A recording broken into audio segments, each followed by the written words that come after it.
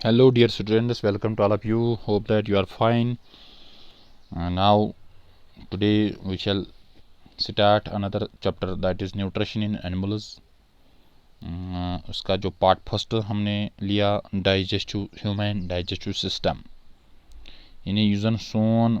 यम सत डाइजेशन गसान कह चीज खेवान अत कत पे डाइजेशन गसान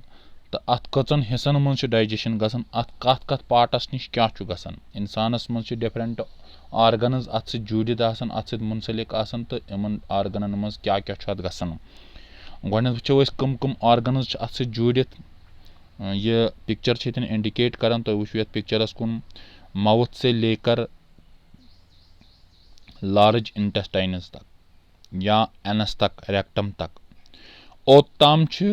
मुख्तलिफ प्रोसेस गसान अत सैनिस गज़ाहस युस कह चीज़ खेवान तो जैसे कि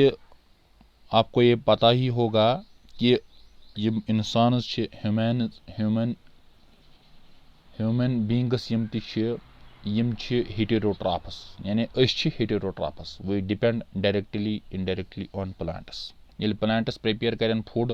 तेली हेको खेत तो different modes of taking food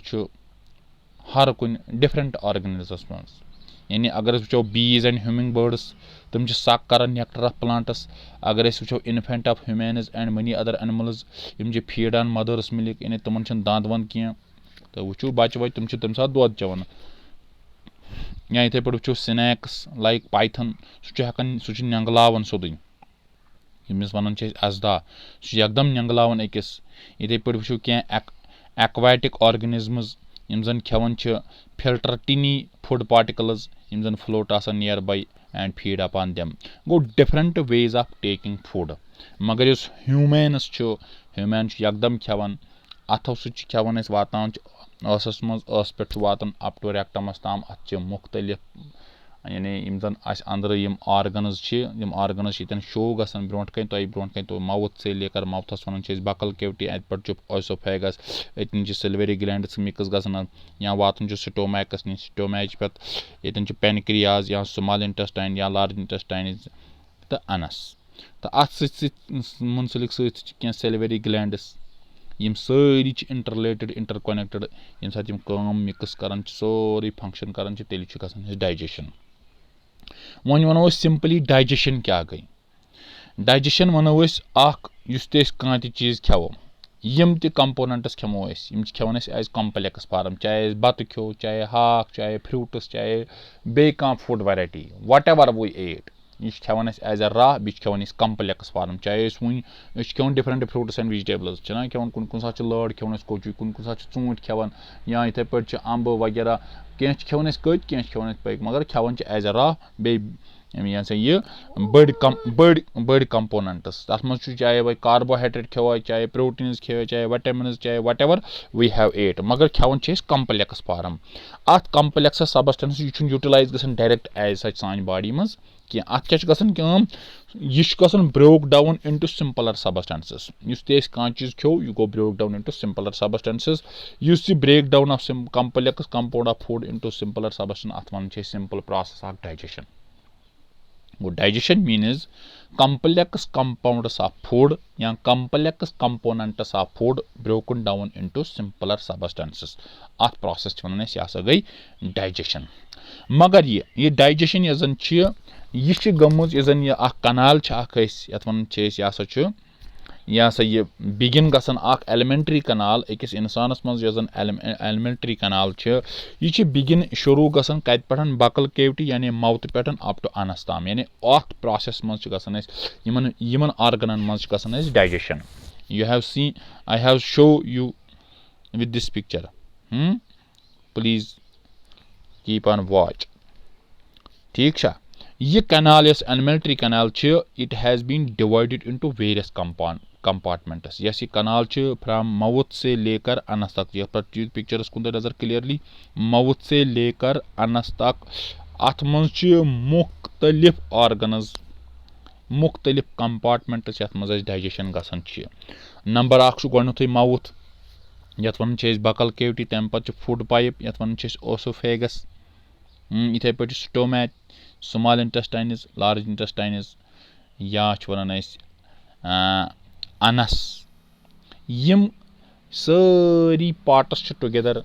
one सारी सारे पार्टन वन यह गो एलिमेंट्री कनाल, या वनो यह गई digestive tract. Okay dear students, यानी डाइजेस्टिव ट्रैक कम शे कंपार्टमेंट अत मज हिस्स निवान, माउथ से लेकर अनस तक, mouth, buccal cavity, food pipe, oesophagus, stomach, small intestine, large intestine and anus. अत सर गई these parts together form the alimentary canal, और we can say that it's a digestive tract. यह फूड कंपोनेंट ग्रेजुअली डाइजेस्ट गसन यह travel गसन from the compartments of the alimentary canal. Inner walls जन अमिक स्टोमैच या स्मॉल इंटेस्टाइन्स या the various glands जन अत एसोसिएटेड अत कनालस सत, चाहे सेलिवरी ग्लैंड, लिवर या पेनक्रियाज सिक्रेट कर पन्ने जाए प्रेथ कह डाइजेस्टिव जूस। यह डाइजेस्टिव जूस क्या कर, यह डाइजेस्टिव जूस कर कम्प्लेक्स सबस्टेंस ऑफ फूड कर स्मॉलर कन्वर्ट कर स्मॉलर वनस। यह डाइजेस्टिव ट्रैक या द एसोसिएटेड ग्लैंड्स टुगेदर अत वन यह गो डाइजेस्टिव सिस्टम। गो डाइजेस्टिव सिस्टम आप इतनी समझ, ह्यूमन डाइजेस्टिव सिस्टम कत पे ग शुरू, फ्रॉम माउथ से लेकर अप टू अनस तक, यम अत मज मुख्तलिफ ऑर्गनस आय, तो अत सत एसोसिएट यम सेलिवरी ग्लैंड या लिवर या पेनक्रियाज यम सिक्रेट पन डाइजेस्टिव जूस कर। यह डाइजेस्टिव जूस यमे डाइजेस्टिव जूस कन्वर्ट कर कह चीज खेवन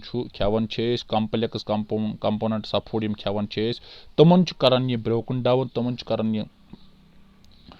तमन कर broke down into simpler substances, यानी तमन डाइजेस्टिव जूस कर तमन कन्वर्ट इनटू सिंपलर सबस्टेंस। अत डाइजेस्टिव ट्रैक तो बेम एसोसिएटेड अत ग्लैंड्स, चाहे सेलिवरी ग्लैंड, लिवर, पेनक्रियाज, अत वन सर यह गो human digestive system. I hope that you have learned